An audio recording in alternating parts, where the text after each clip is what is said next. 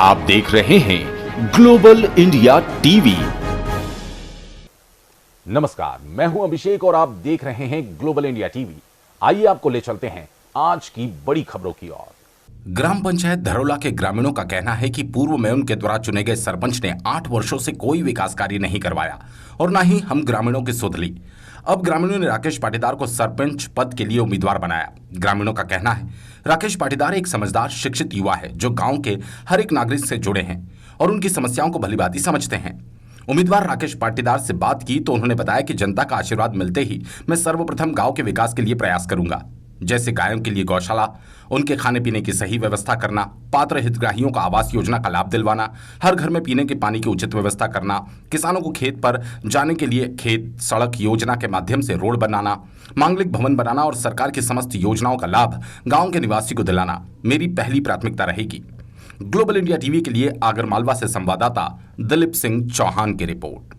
ग्राम पंचायत मतदान को लेकर क्या मुद्दे पर आप वोट करेंगे? मुद्दा यही है कि एक तो गांव की गौशाला, जो गौमाता इतनी भटक रही है यहाँ पे, सरकार की योजना के द्वारा जो गौशाला बनाई गई उसमें पर्याप्त गौशाला, मतलब आज से 10 मैं जाता हूँ वहाँ पे पर डे तो 10-15 गौशाला मुझे गौमाता दिखती है, जबकि गांव में किसानों की पूरी खेती बेजाड़ करती है, मतलब गौमाताओं ने, क्योंकि उनको पूरा छोड़ रखा है। वहाँ जाओ तो जो भूसा रखा है वो रखा है रायडा का, जो गौमाता नहीं खाती है। वहाँ पे जो भी व्यवस्था है एकदम एक भी व्यवस्था मतलब ऐसी नहीं है कि जहाँ गौशाला रहती है तो वहाँ व्यवस्था गौ माता मर जाती है तो उसको 2 दिन तक कोई उठा नहीं पाता है। गांव के इतने किसान उससे परेशान है कि बेचारे सुबह शाम उसी में लगे रहते हैं। उनके दूसरा बेरोजगार करें कि बस खेती में गौ माता को वो देखते रहें, बागर गाड़ना। तो गौ माता मेन मुद्दा हमारा ही है। जो भी सरपंच बने, कोई भी बने, ऐसा बने कि गौ माता की सेवा करे, हमारा फर्स्ट वही है। दूसरा ये बने कि जो PM आवास आती है, शौचालय आती है, वो गरीब आदमियों का एक पैसा न ले, जिससे 20,000, 10,000, 30,000 लिए वो अब 20,000 अगर वो दे देगा तो उसमें क्या बनेगा? अब ये मांगेंगे सबूत, तो सबूत सामने कौन खुल के आता है? कोई खुल के नहीं आता है। लेकिन ये सही बात है कि ये PM आवास में पैसा लूटते हैं, जो भी बनता है सब लूटते हैं। ये नहीं एक सरपंच, सब लूटते हैं। शौचालय में लूटते हैं, वृद्धा पेंशन टाइम से नहीं मिलती उनको। ऐसे काफ़ी मुद्दे हैं जिसमें हमें मतदान करना है और ऐसा करना है कि कोई भी सरपंच हो, ऐसा सरपंच होना चाहिए कि शौचालय हो, PM आवास हो, बिल्कुल बिंदास एकदम, वो बोले कि आओ और ये आपका PM माता को सेवा करेगा वैसा सरपंच चुनना चाहेंगे। गौ माता पूरी तरह से मतलब उनको कोई अवरने वाला नहीं है, उनकी कोई सुविधा नहीं है, तो ऐसा सरपंच हम चुनेंगे जो गौ माता की रक्षा में लगे और गांव का विकास करे।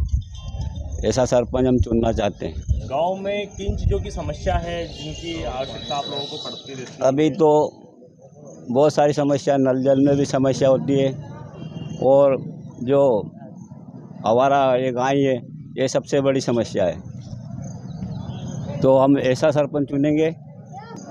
आवास योजना तो वंचित रहे उनको दिलाई जाए, ऐसा सरपंच चुनेंगे। अगर आप सरपंच पद पर जीत कर आते हैं तो ग्राम प्रकाश का किस प्रकार विकास करवाएंगे? सर्वप्रथम तो यहाँ पर शासन द्वारा गौशाला के निमित्त, चारे के निमित्त, कुछ उनके दाने पानी के निमित्त बहुत सारा पैसा आया है। वो सारा पैसा यूज़ नहीं हुआ है। गौ माता आज दर दर भटकती रही है गांव में। सारे किसान भाई दुखी है, गौ माता दुखी है। सर्वप्रथम तो हम गौशाला को स्वर्णिमय विकास के दौर पर सही रास्ते पर ले जाएंगे।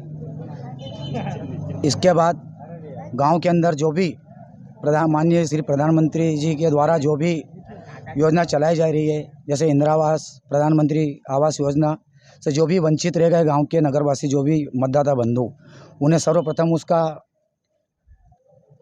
लाभ दिलवा जाएगा उन्हें। इसके बाद गांव के अंदर साफ स्वच्छ अभियान अब तक नहीं चला है इस साल। इस गांव के अंदर वो पूरी सड़कें खराब है, सारी व्यवस्थाएं उनकी जुटाई जाएगी, नियुक्ति की जाएगी कर्मचारियों की, टाइम पर सफाई होगी। पानी की व्यवस्था बहुत दयनीय है गांव के अंदर, पानी की व्यवस्था समय समय पर की जाएगी। इसके बाद कुछ सड़कें हैं किसान भाइयों के लिए जो खेत पर जाते हैं, उनके लिए जो अपने मनरेगा के अंदर का जो मुहर्रम योजना के अंदर के जो रोड आते हैं वो रोड बनवाए जाएंगे। कोई पेंशन से रह गए, कोई वृद्धा पेंशन से रह गए, उनको उनका लाभार्थियों का लाभ दिलवाया जाएगा।